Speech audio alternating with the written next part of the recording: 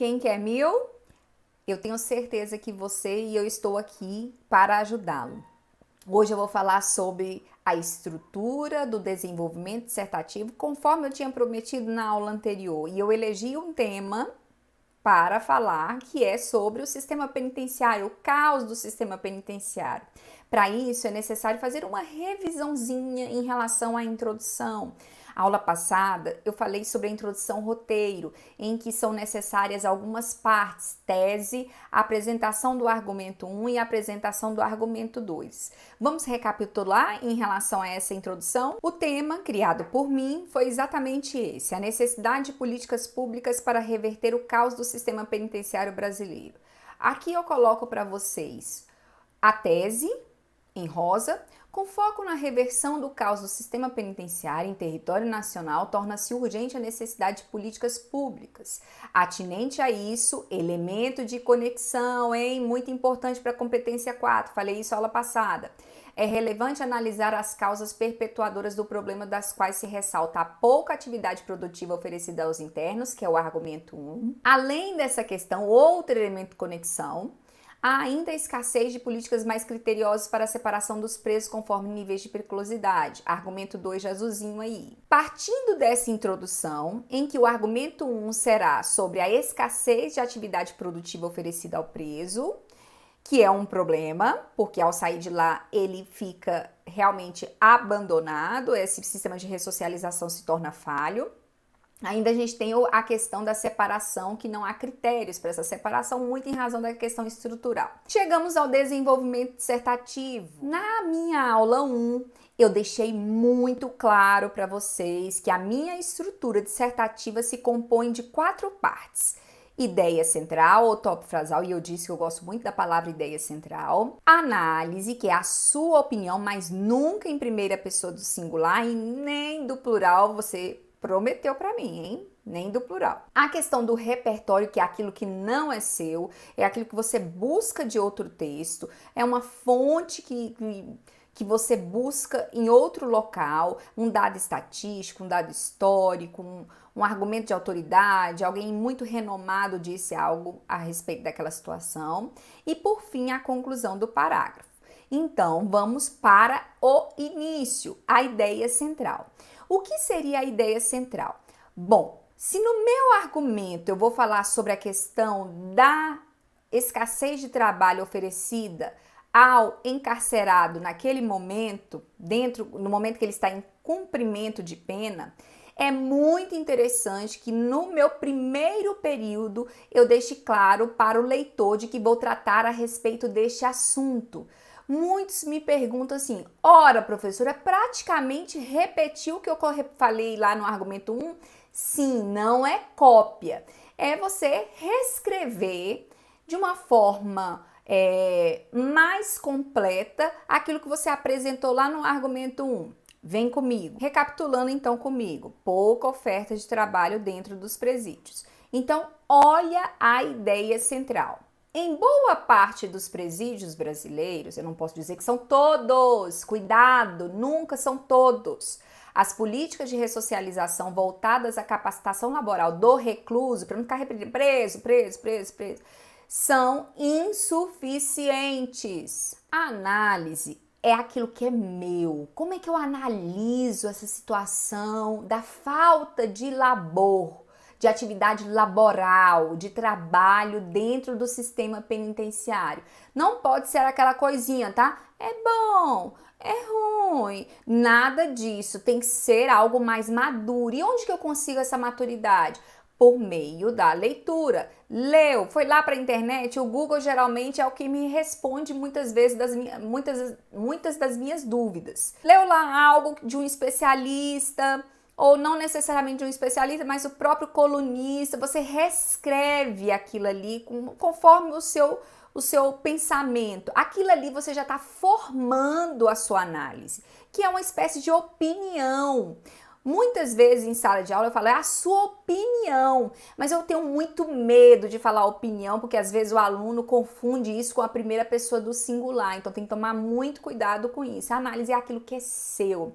Observem a minha análise em relação a essa falta de trabalho dentro do sistema penitenciário, que é extremamente prejudicial para a sociedade quando esse indivíduo sai do sistema interno. Olha só, nesse sentido, eu coloquei lá o elemento de conexão. Olhem o elemento de conexão, por favor, valorizem. E elemento de conexão é após o período, é após ponto final. Ah, coloquei o elemento de conexão após vírgula. Não!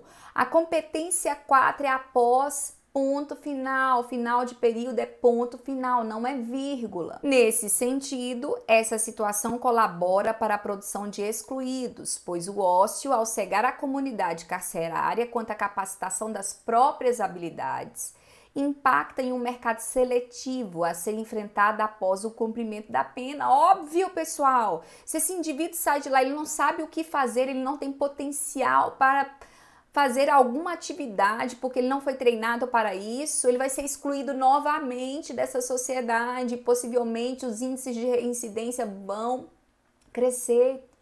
Isso é uma problemática, isso é um desafio que precisa ser vencido ainda para poder superarmos o caos do sistema penitenciário, precisa ser uma política pública. Vamos pensar, vamos pensar. O próximo é a menina dos olhos, é o repertório, é o divisor de águas, é aquele indivíduo que mostra assim, banca, eu sei buscar em outros textos e sei mostrar para você que eu tenho um conhecimento além do meu.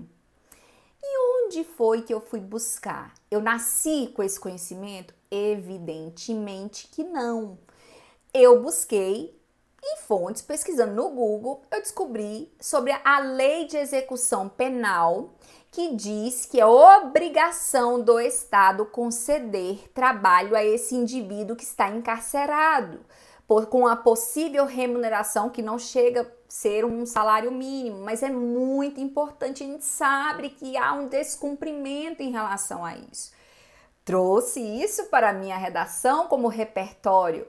Vejam lá, conforme legenda, coloquei lá no verdezinho aí, militar aí, comecei com o elemento de conexão. Apesar de a Lei de Execução Penal, que tem a sigla LEP, prever a atribuição de trabalho e uma respectiva remuneração, isso não é uma realidade. Banca, mostrei que sei! Para isso a gente precisa treinar, esse momento é treinamento. Precisamos buscar até lá. Por isso, mais uma vez, vou falar de vários repertórios aqui para vocês. Vão ter momentos em que eu vou falar muito de repertório. Pessoal, vamos falar de repertório tal. Esse dá para encaixar em tal. E vocês vão lembrar de mim, tenho certeza absoluta. Mas para isso, você precisa se inscrever no canal. Você precisa ativar o sininho. Você precisa dar os seus likes. Propor novas aulas com a sua contribuição por meio dos comentários. Eu preciso de você. E para terminarmos este parágrafo, voltando, nós precisamos agora da conclusão. Conclusão do parágrafo. O que seria isso? Fechar a ideia. É você resumir tudo o que você falou ali. Por meio de um elemento conectivo, conclusivo. Por favor, conclui se não. Logo, portanto, assim, dessa forma, evitem repetir elementos conectivos já utilizados anteriormente. Então, conforme aí a legenda, desse modo, o trabalho do preso visa reinseri-lo à sociedade, de forma a evitar possíveis reincidências quando esse indivíduo se tornar egresso, vindo do sistema penitenciário. Olha quantos elementos conectivos eu coloquei nesse parágrafo. 3! Tem aluno que não coloca nenhum. Isso é sério. Deu para entender o argumento 1? Agora o argumento 2, em que nós vamos falar sobre essa falta de critério na separação dos presos conforme níveis de periculosidade. Ideia central, a mesma coisa. Agora vou fazer mais rápido. Olhem lá a ideia central. Ademais, olha o elemento de conexão. Atrelado a isso, não dá para colocar em consequência disso, porque uma não é consequência do outro, então tem que tomar cuidado com os elementos de conexão. Ademais, além disso, tem essa mesma conexão. Atrelada a isso, ainda Paralelamente a isso, mesmo com esse problema, paralelamente, ao mesmo tempo acontece tal situação, que é verdade. Ademais, em razão do fator estrutural, presos em diferentes níveis de periculosidade se amontoam nos mesmos pavilhões. Agora olha a análise. Dessa maneira, as prisões provisórias desembocam nos locais habitados por aqueles cuja pena foi fixada por juiz, e esse fato contribui para a produção de oprimidos em maior potencial. Realidade brasileira, não é mesmo? Por que isso é uma realidade brasileira? A gente sabe que a nossa justiça é morosa, não é amorosa, é morosa, lenta. E aí, gente, os casos, as prisões provisórias demoram muito tempo para serem julgadas e muitas vezes esses presos acabam se misturando com presos que já tiveram a sua prisão decretada. E a gente sabe que todos que estão lá foram opressores. Mas existem níveis de opressão. E aquele que é menos opressor tende a se tornar um opressor em maior potencial. E como é um sistema carcerário que não contribui muito, aquele que chegou lá mais ou menos opressor tende a se tornar mais opressor ainda. Isso eu falo com base já pensando no repertório, que é o Paulo Freire. Paulo Freire não fala sobre sistema carcerário, ele fala sobre o viés educativo, que ele fala que a educação é capaz de romper a relação oprimido-opressor. Não vão me falar que Paulo Freire fala do sistema penitenciário. Fazendo uma analogia com Paulo Freire, é possível entender que esse indivíduo, ao chegar ao sistema carcerário e se misturando com potenciais opressores, ele tende a se tornar mais opressor ainda. Já pensando nessa questão do repertório, observem ali como é que ficou. Sob o viés educativo, Paulo Freire, na obra Pedagogia do Oprimido, assegura que o indivíduo oprimido pode se tornar no futuro um opressor. E aí, por fim, vamos concluir este parágrafo. Logo, a ausência de políticas criteriosas de separação dos internos coopera para fomentar, para incentivar, o fomento é isso, fomentar o mundo do crime. Observe que aqui eu usei a palavra logo, lá em cima eu coloquei já desse modo, para não repetir. Então, faz um favor, dá um print aí e dê um print aqui, juntamente com um print da introdução que eu já coloquei lá. Próxima aula eu vou tratar da conclusão, em que a proposta é extremamente importante para responder quem vai fazer, o que será feito, como será feito e para quê. Eu espero vocês mais uma vez na próxima aula para tratarmos do mesmo assunto em relação à introdução. Observem que vocês já têm a introdução pronta com os elementos de conexão. Vocês já têm um desenvolvimento em que vocês podem copiar até os elementos conectivos. E ali, na próxima aula, eu vou tratar com vocês sobre a proposta, em que a gente vai responder quem vai fazer, o que será feito, como será feito, enfim, para que tudo que o Enem cobra de vocês e que eu sei que é o grande calcanhar de Aquiles aí da maioria dos estudantes. Eu aguardo vocês, mas não se esqueça de se inscrever no canal, de ativar o sininho, de dar os likes, de contribuir com os comentários aí de vocês, viu? Um grande abraço!